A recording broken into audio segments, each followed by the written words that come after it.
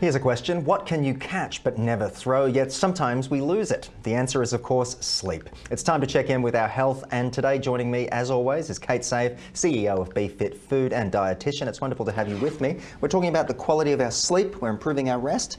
What are you witnessing? Why is it so important at the moment?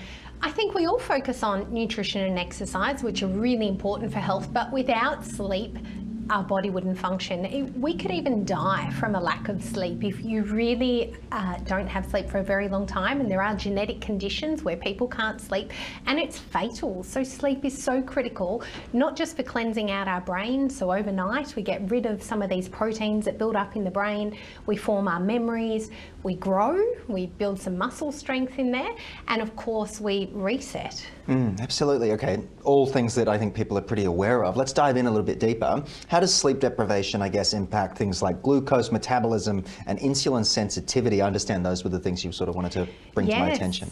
So there's a hormone cascade that's involved in sleep, and basically... Hormone cascade, I like that. Yes.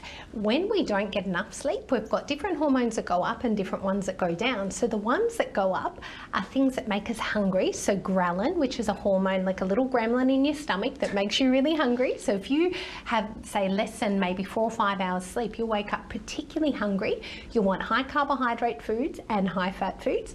You'll also then get reductions in your thyroid stimulating hormones, so your metabolism's affected.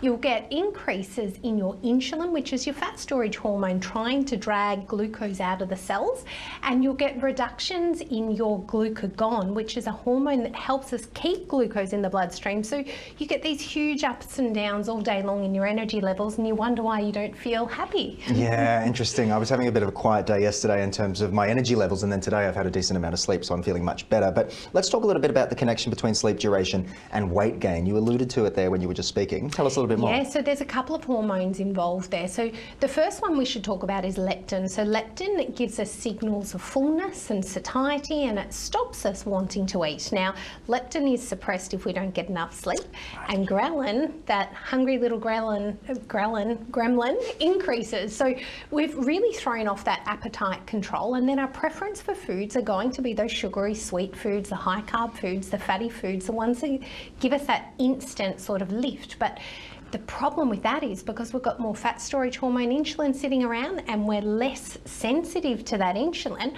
we get these huge peaks and troughs where we take all that energy straight out of the bloodstream, which makes us tired again, and then we get these huge peaks when we go and reach for these sugary foods all over again. God, we're so complicated machine. We're such complicated machines when we start breaking it down. So let's talk a bit about the circadian rhythms. That's a very important part of all of this.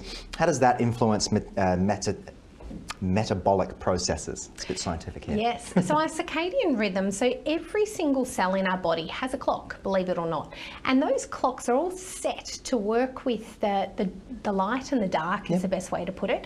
So when we wake up in the morning, the very best thing we can do is not grab the coffee first, is actually do some exercise and get outside and get some natural sunlight. So that natural sunlight, the colours that come from that natural sunlight and the photons of energy, the light energy, actually go all the way through to our brain and tell us we need to be awake. So that sets our circadian rhythm.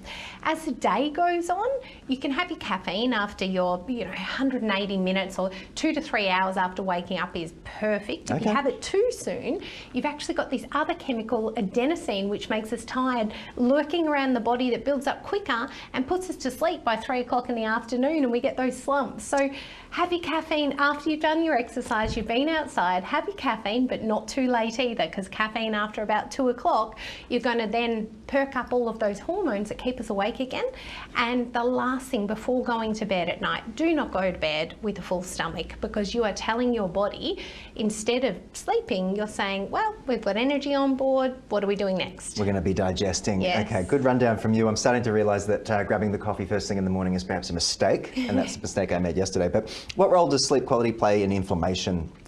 Take us through a little bit more about that. Yeah, so when we're not sleeping well, we actually get increases in our hormone cortisol, which we've talked about too, so our stress hormone. And cortisol is linked to inflammation all throughout the body. And we even get peaks in our adrenaline and noradrenaline, those other stress hormones, that fight or flight response. So when our body is in fight or flight, we are constantly thinking we're fending off infections, and we're on alert, and our body then can't do the repair and recovery that needs in this state of inflammation. Okay, so Kate, just to finish for me, let's talk about some effective strategies to improve sleep and of course all of those flow-on effects we've seen. Just to wrap. Quickest, easiest ones are to make sure that when you wake up in the morning, get some early sunlight, do some exercise before you have your coffee, then enjoy your coffee. Spend the day trying to get bits of sunlight wherever you can, but then when you wind down at night, dim the lights in your household, get rid of the blue lights that are around. If you can, watch the sunset. That actually triggers something in our brains as well to shut down, because it's a different light to the morning light. It's more oranges and reds as opposed to blues and yellows in the morning. All of these things will help, and do not eat 2 to 3 hours before going to bed if you can. Wonderful rundown from you. Thank you so much for joining us, and of course I will be reassessing my sleep patterns moving forward. My pleasure. All right, this is Ticket. We'll be right back. Hopefully you've learned something from our discussion. Go and get some good rest.